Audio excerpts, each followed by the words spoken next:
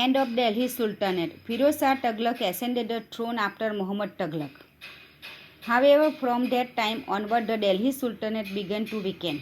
The region of the Tughlaq dynasty also witnessed the invasion and plunder of Delhi by Taimur.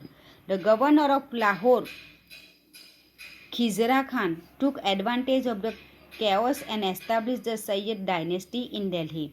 The authority of the sultans was limited to the region around Delhi. In 1451 CE, an Afghan leader, Sardar Bahlol, established the rule of the Lodi dynasty in Delhi. His son Sikandar of Lodi ascended the throne after this. Tughlaq Sikandar Lodi had the qualities of a good ruler. He lacked the religious tolerance. A struggle for the throne began after his death, in which Ibrahim Lodi defeated his elder brother and became the ruler of Delhi. The Amirs were not happy because of his arrogant attitude. There was rebellion in the kingdom against his rule.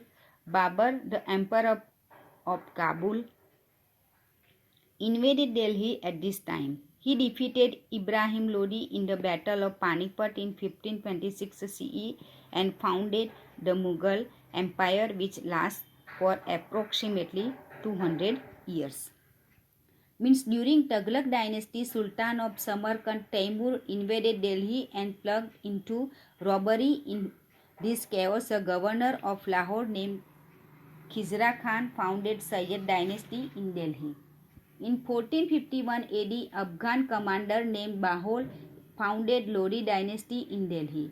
After him in succession his son Sikandar Lodi, and after Sikandar's death, Ibrahim Lodi came to the throne of Delhi. During the period of Ibrahim Lodi, in 1526 AD, a king of Kabul, Babur, invaded Delhi. He defeated Ibrahim Lodi in the battlefield of Panipat and captured Delhi. Thus, Mughal Empire was founded in India. Here the lesson is going to finish. I will give you the question answer that you have to write in the notebook.